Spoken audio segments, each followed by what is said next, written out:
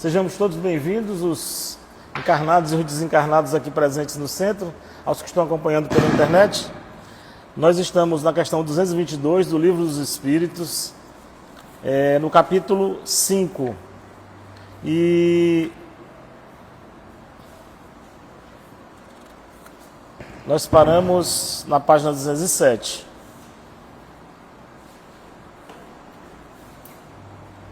Deus, em sua justiça, não pode ter criado almas mais ou menos perfeitas. Com a pluralidade das existências, a desigualdade que notamos nada mais apresenta em oposição à mais rigorosa equidade. É que apenas vemos o presente e não o passado. A este raciocínio serve de base algum sistema? Alguma suposição gratuita? Não. Partimos de um fato patente, incontestável: a desigualdade das aptidões e do desenvolvimento intelectual e moral, e verificamos que nenhuma das teorias correntes o explica, ao passo que uma outra teoria, a da pluralidade das existências, lhe dá explicação simples, natural e lógica. Será racional preferir-se à teoria que explica tudo ou a uma das que nada explicam? Perguntam os espíritos. À vista da sexta interrogação acima, dirão naturalmente que o Hottentot é de raça inferior. Perguntaremos então se o Hottentot é ou não um homem. Se é, por que a ele e a sua raça privou Deus dos privilégios concedidos à raça caucásica? Ele está comparando um silvícola, por exemplo, com os europeus, na época de Kardec, isso aqui. Então, o europeu tinha conhecimento, tinha muita informação. O silvícola, ele tem conhecimento e muita informação, mas ele não possui o conhecimento científico que o europeu já conseguiu. Na época, a ciência considerava o conhecimento do europeu superior. Hoje a gente vê que os conhecimentos são diferentes. Enquanto que o europeu conhece o medicamento desenvolvido na ciência, o silvícola conhece o medicamento natural desenvolvido no empirismo.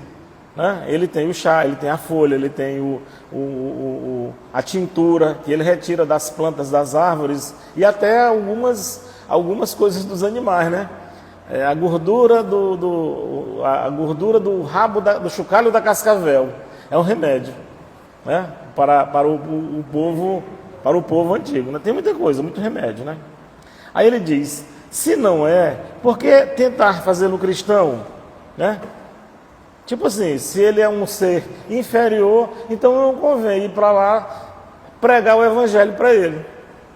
Olha a visão, A doutrina espírita tem mais amplitude do que tudo isto. Segundo ela, não há muitas espécies de homens. Há tão somente homens cujos espíritos estão mais ou menos atrasados, porém todos suscetíveis de progredir. Ou seja, não existe nenhum espírito diferente do outro. Os espíritos são iguais. As condições apresentadas para Alexandre hoje são diferentes das suas, Charles. Então, Alexandre é muito mais desenvolvido do que você. Teve muito mais experiências exitosas, reencarnacionais. Aí você fracassou mais vezes, desenvolveu-se menos. Mas ele não é superior a você. Do ponto de vista espiritual, nós somos todos iguais. Agora, nós temos condições diferenciadas. Por quê? Jesus, por exemplo, chegou primeiro ao hominal do que eu. Certo? Jesus, há 4,6 bilhões, já era espírito crístico, quando ele criou a Terra. Talvez, há 4,6 bilhões, eu não era nem... Eu ainda estava no mineral ainda.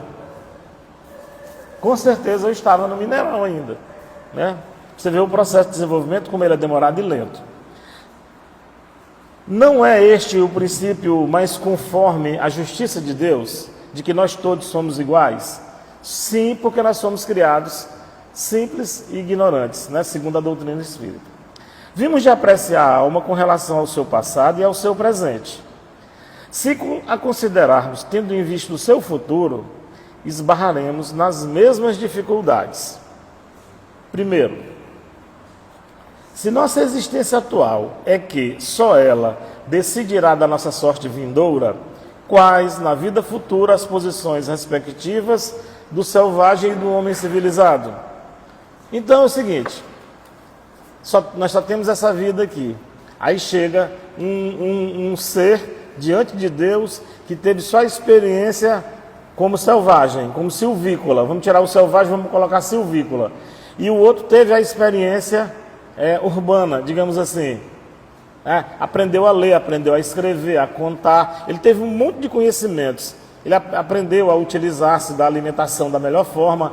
E o outro estava restrito àquele conhecimento que aquela tribo trazia. Aí como é que os dois vão estar diante de Deus? Quem é mais desenvolvido dos dois? Sob o ponto de vista espiritual. O silvícola pode ser espiritualmente melhor do que o homem urbano. Por quê? Quem foi que fez mais? Quem foi que fez mais para o próximo? Quem foi que viveu se associando e se organizando para resolver os problemas de todos? Aí,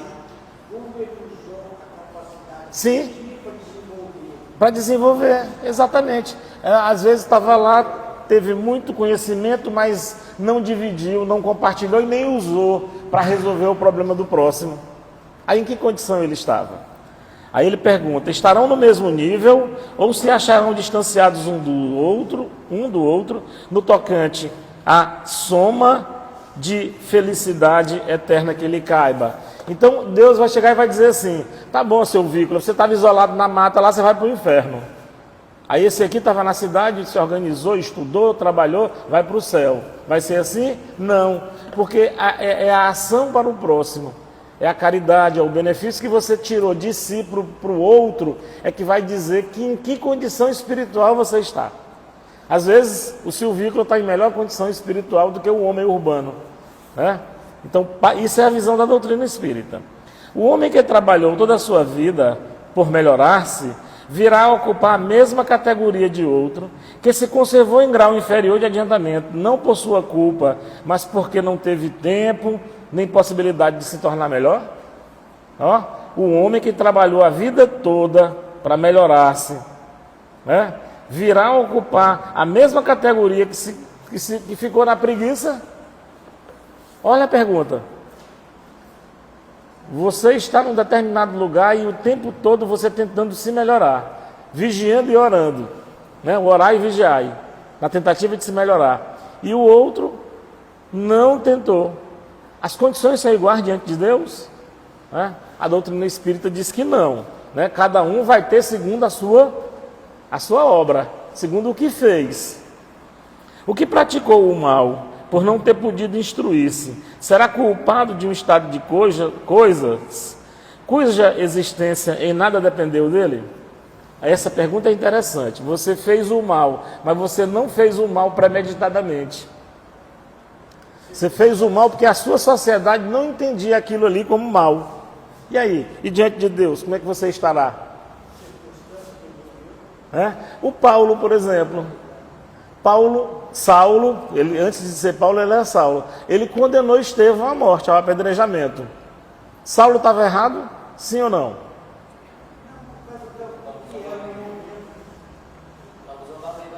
Ele estava certo. Porque o Saulo agiu de acordo com a lei. Ele era um doutor da lei, ele era um rabino, ele era um sacerdote, estava na condição de julgador pela lei. E o Estevão tinha desrespeitado a lei porque estava interpretando a lei sob a nova compreensão que Jesus trouxe. Mas o judeu não acreditava que Jesus era o Messias. O judeu disse, não, Messias não é esse aí não. Esse aí é o filho do carpinteiro? Não. Você veio de Nazaré. O que tem Nazaré para nos legar de bom?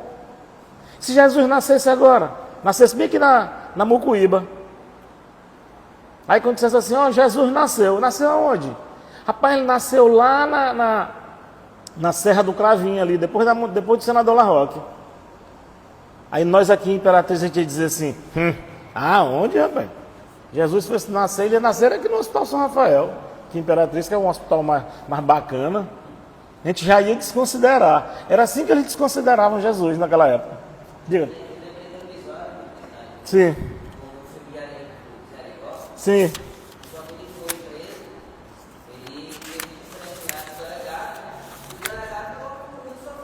Sim, de prendê-lo, de prendê-lo. Exatamente. Aí o que acontece? Quando você pergunta se Saulo cometeu um crime, ele cometeu um crime diante da lei de Deus. Mas diante da lei dele, da lei humana, ele não cometeu, ele fez justiça. Assim como Jesus, diante da mulher adúltera, né? Jesus estava lá, olhando, estava todos os homens da comunidade cercando a mulher.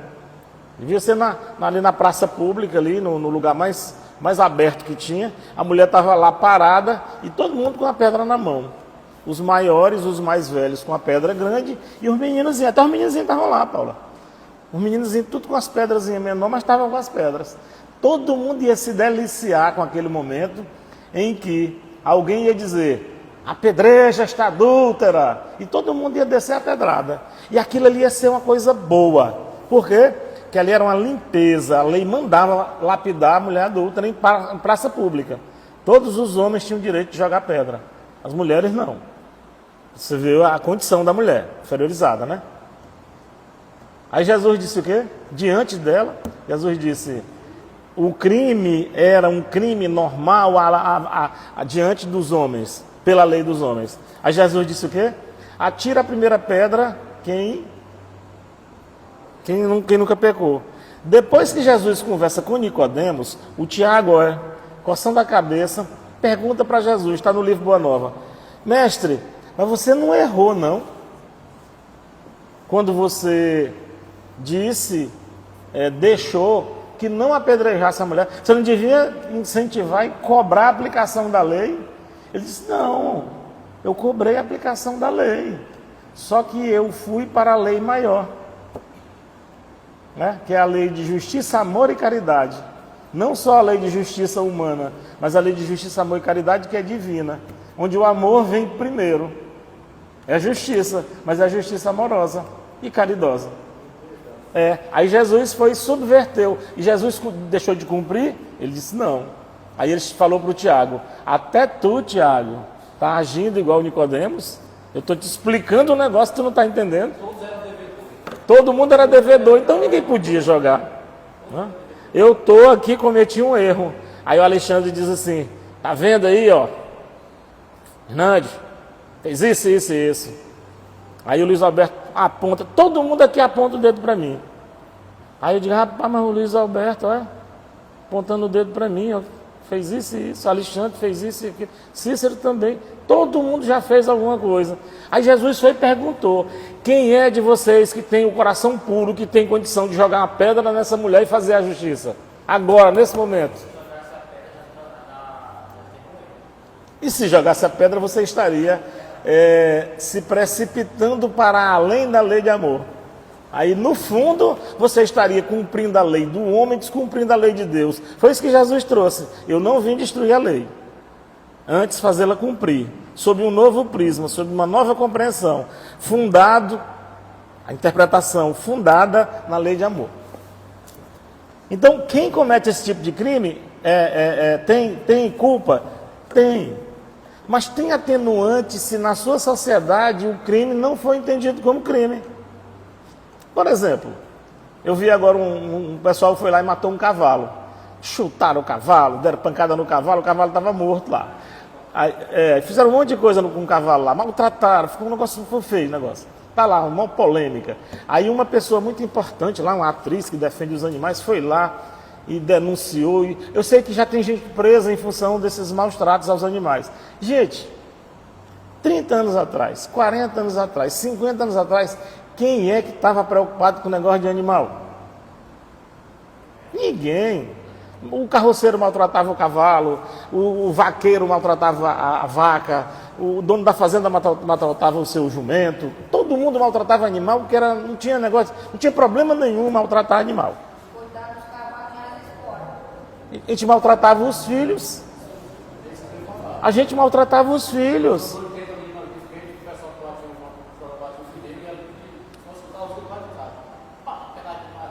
Chicote, gente, chicote. O pai batia o filho com chicote. Ó, eu vi um pai se gabar na década de 70 de dizer assim, não, com aquele pedaço de sola eu não bato não, como o fulano ali bate. Ó, o Luiz Alberto bate o Yuri com aquele pedaço de sola que Ave Maria, aquilo machuca demais. Eu só bato o meu com o cinturão. Como se o cinturão não deixasse marcas também. Mas o cinturão deixava marca, mas não cortava. Aquele chicote de sola, aquele fininho, ele além de machucar, ele cortava, feria. Aí a pessoa dizia assim, não, eu sou mais evoluído do que você, Cícero. Você bate nos seus meninos com aquele de bater em animal, aquilo corta, aquilo fere. Eu não, eu dou 10 lapadas, mas é só de cinturão. Aí o outro dizia assim, não, eu não maltrato meus filhos, eu só dou bolo de palmatória. Pegar a mãozinha, não era? Tinha gente que dizia, Deus me livre de machucar meu filho com cinturão. Eu chamo, pego a palmatória, dou 5 bolos em cada mão. Meu amigo, mamãe tinha um negócio de dar um bolo na mão da gente. Camarada, eu saía correndo, gritando com aquele negócio doendo as mãos. Aí ela dava 4, quando eu era menorzinho, né? 4 bolos em cada mão, alternados. Aí a gente ficava balançando para chegar a vez de novo, né? Eu fui crescendo, ela passou a dar 5. Meu amigo, uma para chegar no 5 demorava. E eu maiorzinho ainda tomei de 6. Uma em cada, era uma dúzia, que era um número mais simbólico, né? Aí ela dizia assim, uma dúzia, 6 em cada mão. Aí dava, meu amigo, mas para chegar no 6 demorava, ó. Ou um negócio que maltratava era aquele bolo. E aquilo ali era normal, não era crime. Por quê? Aos olhos da sociedade, aquilo ali era a educação que se podia dar para o filho. Era a contenção que se podia dar. Então, você acha isso? Na escola, até a década de 70, eu cheguei na escola em 72, primeiro ano, era o primeiro ano do primeiro grau, que ainda a gente chamava ainda na minha cidade primeiro ano primário. Porque demorou muito, a lei tinha mudado, mas demorou muito a ser implantado, né? A diretora estava com uma palmatória na mesa ainda. Aí a professora e a diretora passou na sala, eu lembro, que ela disse assim, olha gente, viu, avisando aos professores que não pode mais usar a palmatória está proibida. 72. Mas até 70 era normal, a professora dava nas costas, dava nas pernas, dava na mão, dava em todo lugar no menino. Era normal. Agora, gente, você já pensou hoje um professor pegando um filho seu e dando 4 bolos, 2 em cada mão? Paula, tu vai chegar na escola doidinha do juízo. Sim, Luiz. Agora a coisa virou um disco, né? Agora quem está apanhando é o professor. Luiz Alberto está dizendo aqui que agora quem está apanhando é o professor, de vez em quando.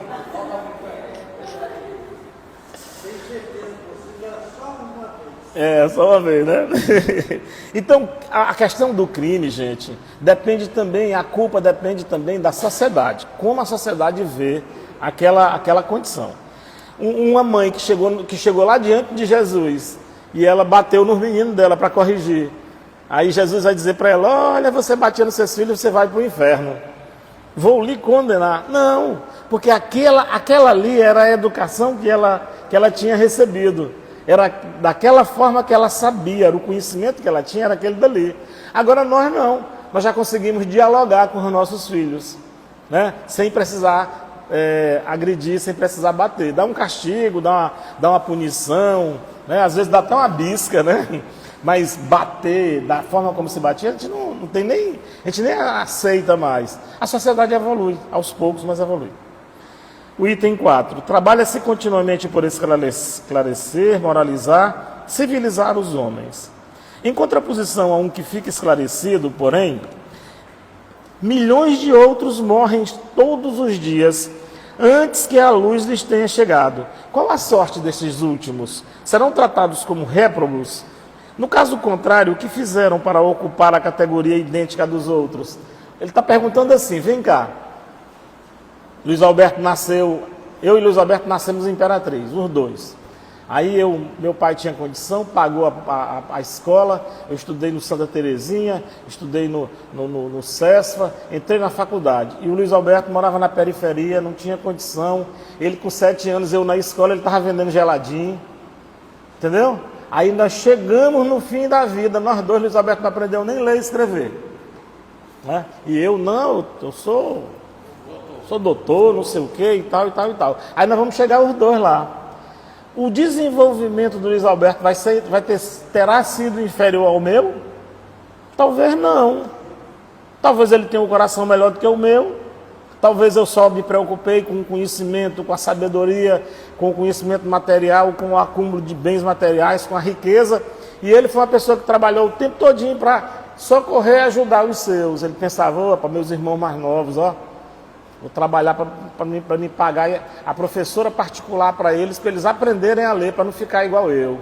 Aí trabalhou a vida toda ajudando o pai e a mãe, socorrendo os irmãos. Aí quando ele chega lá diante de Jesus, Jesus vai dizer, rapaz, Luiz, olha, você está lá no alto. Por quê? Porque não é o que você faz, é para quem você faz, qual é o seu interesse, né? Se é só individual ou se é para o próximo.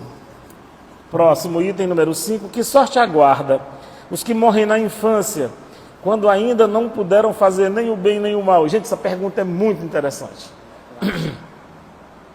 É clássica, né? É clássica.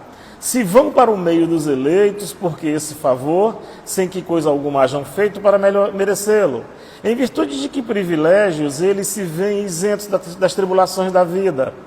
Haverá alguma doutrina capaz de resolver esses problemas? Admitam-se as existências consecutivas e tudo se explicará conforme a justiça de Deus. A gente sempre diz assim, uma criança de 4 anos desenvolve uma doença grave. A gente diz assim, mas onde é que estava Deus nessa hora? Que deixou esse menino vir marcado com essa doença grave. Ou a criança morre em tenra idade. Aí o pai e a mãe ficam aqui sofrendo. Aí você diz, o que foi que essa menina fez? Essa bebezinha fez para merecer morrer com 6 anos, com 8 anos de idade. Né? E outra coisa, quando essa criança chegar no mundo espiritual com 1 ano de nascida, 1 mês, ou eu tive uma aluna que perdeu o filho com 8 dias, né?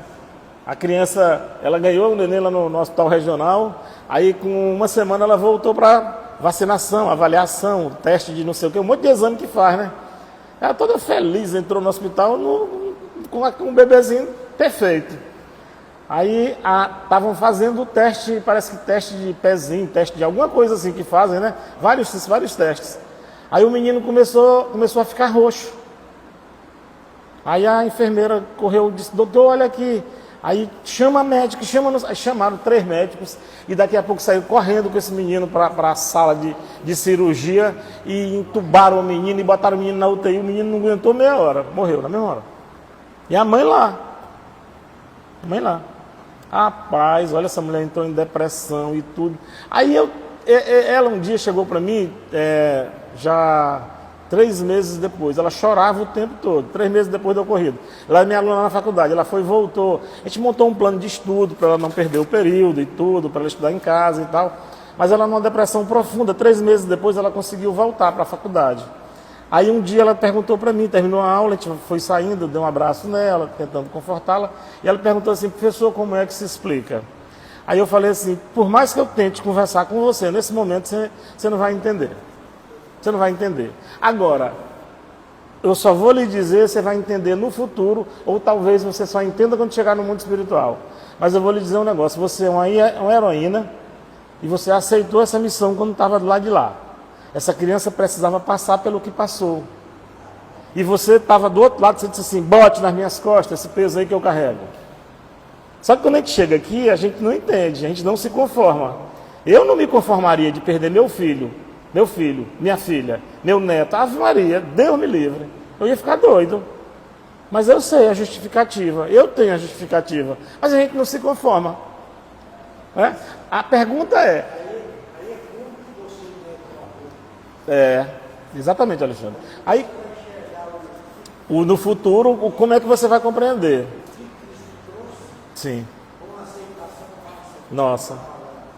Porém, a visão lá de cima de amor é completamente diferente. É totalmente diferente da nossa. E a gente vai entender quando chegar lá. O amor que você tem um filho, da esposa é outra, do irmão é outro. É outro. É tudo diferenciado. Como analisamos isso?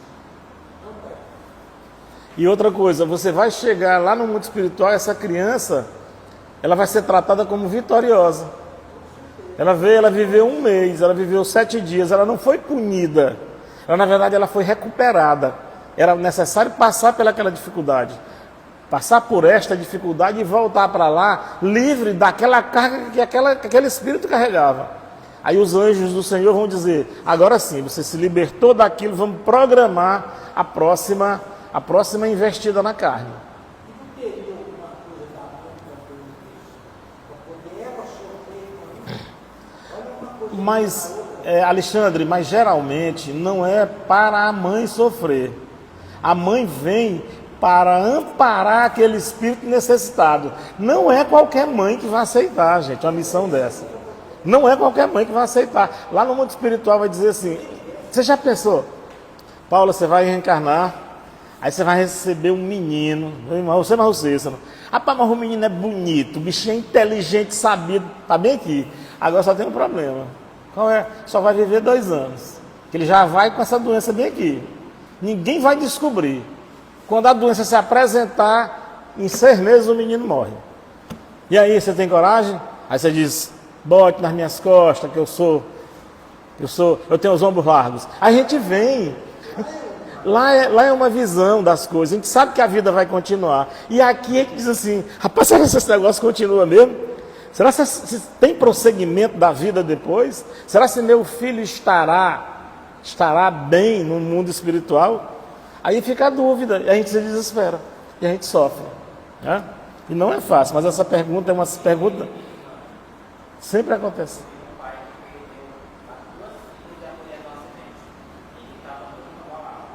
Mas esse é um caso de Goiânia. Aí eu vi esse caso. Gente, e eles eram espíritas, né? Os meninos na mocidade, jovens na mocidade, ele perdeu. Foi 2 filhas e um filho. E a mulher num acidente. Gente, eu vou lhe contar. Eu perdi o rumo da vida. Eu ia dizer para Jesus assim, me bote na mesma carga, no mesmo pacote que a gente vai junto, porque olha, não é fácil não. Você perder. Hã? Vamos pular o assunto. Hã? E os outros que vão ficar. Exatamente. Vamos lá.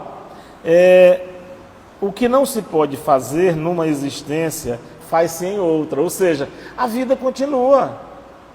Nós temos o entendimento no mundo espiritual, Alexandre, como você colocou, a visão de lá é outra. Lá eu entendo, eu sei que a vida continua. Só que quando a gente chega aqui, a gente sabe, mas a gente desconfia que não. A gente tem medo de que não seja. Diga, meu irmãozinho. Não, pode falar, senhor, aqui é um estudo.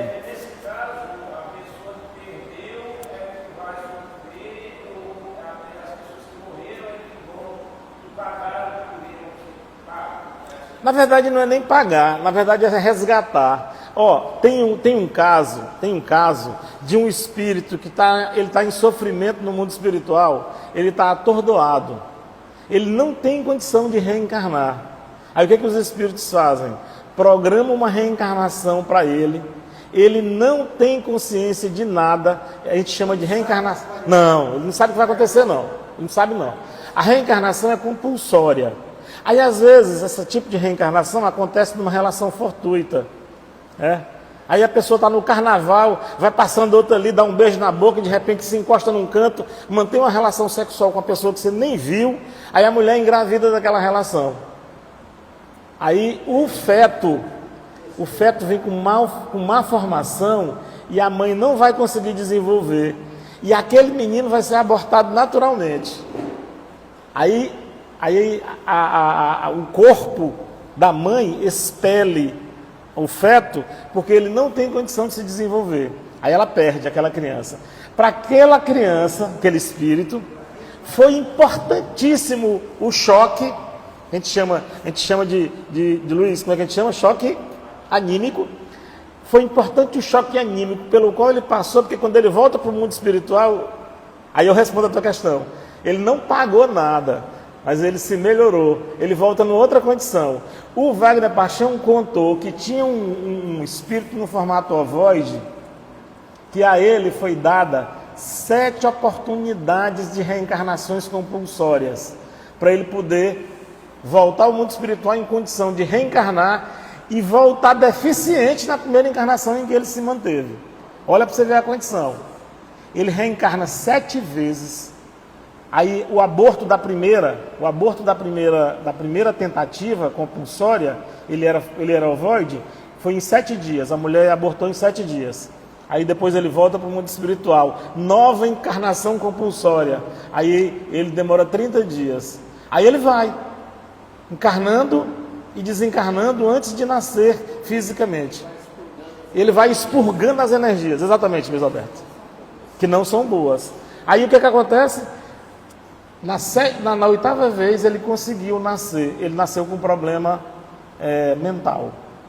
Ele era deficiente mental. Ele não conseguia se movimentar direito, ele não falava, e a família cuidando dele com o maior carinho do mundo. Ele estava se limpando, viu? Ele estava se purificando daquelas dores e dos sofrimentos causados. Aí ele vai precisar de mais umas 3 ou 4 encarnações para poder resgatar dívidas que ele tem com o passado. Primeiro ele estava se equilibrando. Olha como a natureza é divina, é perfeita. Mas na hora. A doutrina espírita ensina pra gente que não existe acaso. Não, segura o microfone. Segura os dois. A doutrina espírita ensina pra gente que não existe acaso nas coisas de Deus. Não existe acaso. Não existe acaso. Tudo que acontece na nossa vida é planejado. Então, se alguém vem, e lógico que você tem o livre-arbítrio para escolher as coisas da sua vida, né? Mas se alguém vem com problemas, veio porque tinha que ver, porque os benfeitores que cuidaram daquela reencarnação, eles entenderam que era melhor para aquele espírito ter aquele tipo de nascimento, ou aquela questão de as doenças, as dificuldades, as facilidades, tudo que acontece na vida da gente. Vocês têm uma ideia como que isso é tão sério? Naquela época da microcefalia, Sim.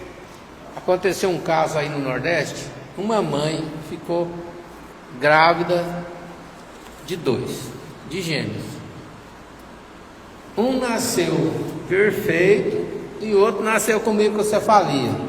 Aí você fala, mas como é que pode? Como é que explica isso? Se era um mosquito lá que passava a doença através da picada, através do sangue. O sangue dela é um só, ela não separou o sangue lá dentro. Esse aqui vai para fulano, esse aqui vai para fulano. Era um sangue só. Então não tem explicação se você for olhar lá a luz do conhecimento dos homens. Mas a luz do conhecimento do Espiritismo, da doutrina espírita, é o planejamento reencarnatório para mostrar para nós que isso é coisa de Deus. E aí, quando você fala Deus, são os benfeitores que existem nos planos espirituais, que cuidam das nossas reencarnações. Então, a nossa reencarnação, se você vai nascer feio ou bonito, se você vai nascer rico ou pobre, se você vai ter facilidades ou dificuldades, se você vai ter problemas mentais ou você vai ser uma pessoa muito brilhante, tudo isso tem a ver com o que eles enxergam para você, que a melhor situação para você reencarnar é essa. Então eles fazem um planejamento, tipo um checklist, né? Checklist. Faz um checklist. Vai conferindo. E a partir daí eles planejam. Sem contar que nós aceitamos. Sim. Sem falar que a gente aceita. Sem falar que muitas vezes as pessoas, tem alguns que já estão num certo grau de desenvolvimento, que eles até pedem mais do que é planejado para eles. Tem alguns que, eu vi a história de um, que ele pediu para a vida dele ser muito difícil, que é para ele não fraquejar. Não fraquejar. Porque se pusesse dinheiro na mão dele, então eu quero Se botar sair dinheiro difícil. na mão... Se colocar dinheiro na minha mão, eu não vai prestar. Então eu quero vir numa vida muito difícil, sem condição de pegar em dinheiro, que é para poder ver se passa aproveita a No reencarnação. teste. O suicídio é uma coisa tão interessante que parece que a pessoa, o ser da mais pesado, ele vicia em suicidar. Chico atendendo Mas- para ter uma mulher, chegou uma senhora para ele, meu Chico, estou desesperado. O que foi? O meu filho, ele só tem as pernas, não tem braço. Ele fala tudo atravessado, cheio de defeitos, de todo jeito, a cara não precisa, aquela coisa esquisita. E agora, os médicos que tem no hospital, no hospital, os médicos vão mudar as pernas dele. Aí Chico, ele levou ali essa coisa assim. A senhora não preocupa, não, eu vou tentar as pernas dele, porque estava querendo suicidar e terá a 10ª. Olha aí, tá vendo? Suicídio dele. Então, Para você ver, né? Como a natureza opera, como Jesus. e outra, a pessoa vicia disso. É. Como? Ele não aceita, não é vicia, não. Não, ele não aceita. As condições dele. É. Como ele não aceita, tem um caso famoso aí, que ele tentou tanto suicídio, tantas vezes, que a última dele nasceu mais ou menos desse jeito, sem braço, sem perna e cego. Porque era para não sofrer nenhum tipo de tentação. É, exatamente.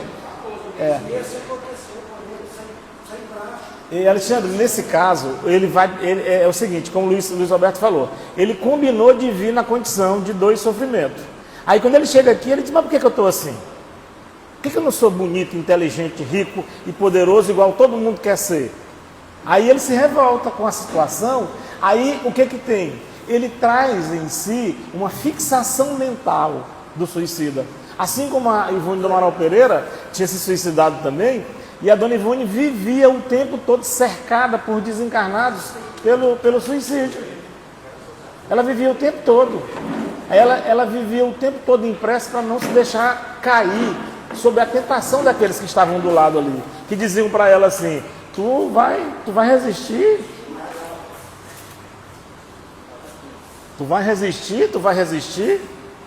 Aí ele diz assim, ó, para completar, o que se pode fazer numa existência, o que se não pode fazer nessa existência, a gente faz na outra. Assim é que ninguém escapa à lei do progresso, ou seja, não adianta fugir. A lei do progresso é inexorável, que cada um será recompensado segundo o seu merecimento real, e que ninguém fique excluído da felicidade suprema, a que todos podem aspirar, qualquer que sejam os obstáculos que topem no caminho. Ou seja, lei do progresso, Alexandre, nem você nem eu vamos fugir. Mas nós também, nós dois, nós não vamos fugir da felicidade que a gente vai alcançar no futuro.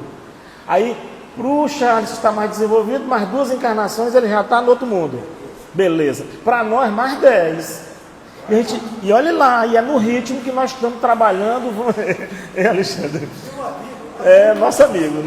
Olhe lá. Por quê, doutor Evilásio? Porque a gente vai de acordo com as forças da gente. Não é verdade? Exatamente. Tem gente que dá salto e tem outros que não conseguem, vão se arrastando. Né? Domingo nós vamos falar sobre Bezerra de Menezes, né, doutor Evilásio? E o doutor Bezerra saltou. Quando ele era Zaqueu, sair de Zaqueu para ser Matias na mesma encarnação, já foi um salto para ele. E hoje onde é que o homem está? Hoje ele está numa condição privilegiada em relação a nós. Essas questões facilmente se multiplicam ao infinito. Olha, gente, nenhum caso é igual ao outro. Nenhum caso é igual ao outro. O meu não é igual ao seu, Paula, nem igual ao do Cícero. Cada um tem a sua dificuldade, cada um tem a sua limitação. Porquanto inúmeros são os problemas psicológicos e morais, que só na pluralidade das existências encontram soluções. Eu tenho o meu problema moral que eu carrego há 5 encarnações. Viu, Beval? 10 encarnações. Aí você diz assim, rapaz, o Inante não pode ver um copo de cerveja que ele fica doidinho. Rapaz, cerveja até nem tanto, mas um vinhozinho, quando eu olho uma taça de vinho, rapaz, eu acho bonito aquilo. Aí você diz assim, mas por quê? Se você nem bebe, eu não bebo agora, mas eu bebia. Aí aquilo ali está fixado. E como é que eu vou me desprender disso se esse vício foi causa de sucessivas quedas minhas? Você entendeu? Aí você diz, qual é o seu vício? O que lhe derrubou nas outras encarnações? Foi só o álcool. Aí o outro, não, foi a prostituição, outro foi a drogadição, o outro foi o egoísmo, a vaidade, a mentira, o ódio, a violência. Tem o dinheiro, né, o poder, derrubou. Limitamos-nos a formular as de ordem mais geral. Como quer que seja, alegar-se-á, talvez que a igreja não admite a doutrina da reencarnação, que ela subvertia a religião, que ela subverteria a religião. Não temos o intuito de tratar dessa questão neste momento. Basta-nos havermos demonstrado que aquela doutrina é eminentemente moral e racional. Ora, o que é moral e racional não pode estar em oposição a uma religião que proclama ser Deus a bondade e a razão da excelência. Aí ele está falando sobre a questão da reencarnação, porque para nós a reencarnação é justificativa da dor e do sofrimento que eu experimento hoje. Gente, por quê? Se não existisse a reencarnação, por que um sofre mais do que o outro? Por que não está todo mundo bem? Por que não está todo mundo com seus problemas resolvidos aqui na Terra? Por que tem uns que estão sofrendo no vício e outros já se libertaram do vício? Então não foi agora nessa encarnação. Então, se não existir reencarnação, quando acabar a nossa vida aqui, eu superei o vício e o Cícero não se superou. Pobrezinho do Cícero, coitado. Acabou para ele, não vai ter outra chance. Não é? Um minuto.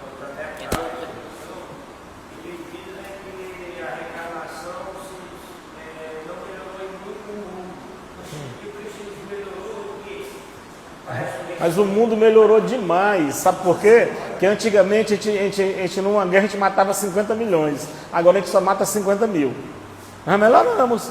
É igual aquela pessoa que bebe todos os dias, né? Todo dia, de segunda a sexta. Ele sai do trabalho e vai beber, chega em casa 10 horas, 11 horas da noite, todos os dias. Aí dá um start na cabeça dele, ele diz assim, rapaz, só vou beber agora sábado e domingo. Aí você chega para ele e diz assim, você é um alcoólatra viciado. É, ele é um alcoólatra viciado, mas agora ele só bebe 2 dias. Ele bebia 7. Você entendeu como ele melhorou? A pessoa fuma 5 maços de cigarro por dia, 100 cigarros um dia. Aí ele vai no médico, o médico faz um exame e diz, você tem 5 anos para morrer, do jeito que você vai. Aí ele diz, rapaz, vou fumar só um agora. Aí você diz, está vendo, isso é um doente, não consegue parar. Ele diz, mas vai diminuir. Gente, às vezes você não vai conseguir superar a sua dificuldade nesta vida. Às vezes nesta vida é só a decisão de parar. Nessa encarnação eu decidi, Rubeval, que eu não vou mais mentir. Mas eu não parei. Eu decidi que eu não vou mais mentir. Mas eu sou mentiroso que sou danado. Aí vou viver os meus 80 anos mentindo. Aí quando chegar na outra encarnação, eu já vou estar com a disposição de não mais mentir, doutor Vilásio. Olha o tanto que eu evoluí. Mas eu preciso dizer e decidi que não ia mais mentir. Encerrou, gente. Quem está na live, a gente sai agora do ar e volta já já com Missionários da Luz. Sim, doutor.